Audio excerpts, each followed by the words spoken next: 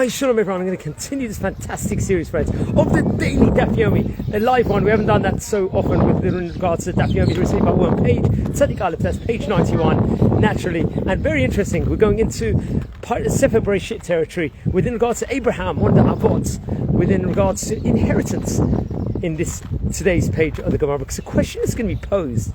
It came to Alexander of Macedon at one time in his court. It was posed. Some other nations were claiming that, hey, it's not fair.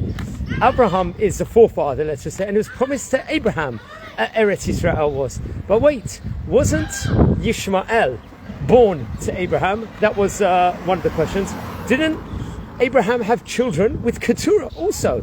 So why aren't these people, let's just say, the people that inherited Eretz Israel? It's not just Yitzhak Avinu, who's one of the Avot. There were other people. Keturah's kids have a claim. Yishmael also has a claim over here, which we see naturally from Hagar, which was married. So there's various different answers that are given. Also, the first answer, I'm just getting inside the car, is that Abraham was loved. He's entitled to choose who he wants to inherit from him. So he wants Yitzhak to inherit. What's the problem? Just like someone living can choose the exact, let's say, bequeathment of assets, you could argue. It's also Abraham had that luxury over here. But then I believe there's a Gemara elsewhere that says, no, if someone's descendants are all the same, equally, it's not fair to discriminate against, a love child, let's just say someone that is more favorable, more righteous, than someone that's more wicked. And we know that from the Ben Sora Mora. So various different answers are given inside the page in today's Gemara within regards to this, because seemingly this is a very valid claim over here that maybe, everyone should be entitled, just because Yitzhak was much, much greater in mitzvot and in Torah and possibly in a personality perspective, but maybe they should be entitled. So they pose different answers over here, some of the great rabbis do.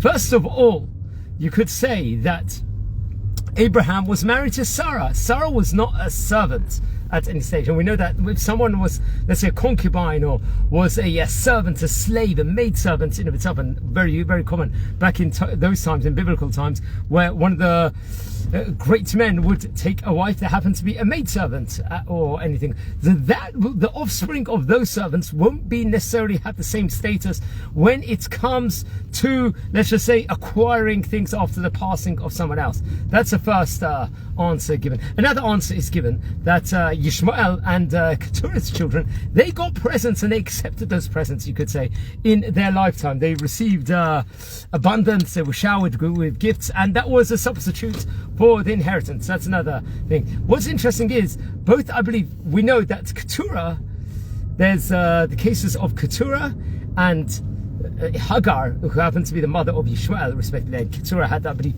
6 children with Avram Avinu. They were from a Canaanite descendant. And we know all through the chapter of Parshat Chai Sarah, where Avram Avinu is, let's say, encouraging Eliezer to find a partner for his son Yitzhak. She's saying, giving a load of, let's just say, different rules of which nation should be in. And he says, don't marry him to the cursed nation, the Canaanite nation over here. And they descended from Canaan, these maidservants did, or Keturah at the time of getting married wasn't a maidservant. She had been freed from that status at that stage in time, as we know. So that's another possibility, another reason why necessarily they weren't, let's just say, they weren't entitled, Yishmael and the children of Keturah. And that's why Abram was married to Sarah, and they had Yitzhak, and this was a proper, let's just say, a full-on marriage with regards to no special status or no maidservant status or no Canaanite status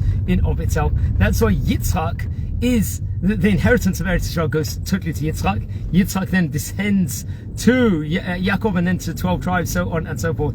And that's hence another reason why this amazing land is Am Yisrael's. But look into it, learn about the laws of Eretz Israel, look into the whole story of what actually unfolded here in Sefer Bereshit, learn the Gemara at today's page, get total clarity within regards to it. Don't just take what I'm saying inside these videos. It's just got a few of these insights from the Osamech website, which is absolutely phenomenal.